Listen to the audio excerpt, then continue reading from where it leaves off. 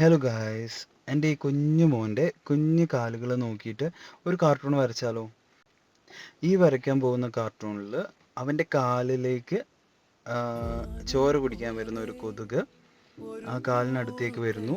ആ കാല് ആ കൊതുകിനോട് പറയാണ്, "ആ, എന്നെ കടിക്കലേ കൊതുകെ, അമ്മ കണ്ടു കഴിഞ്ഞാൽ നിന്നെ കൊല്ലും."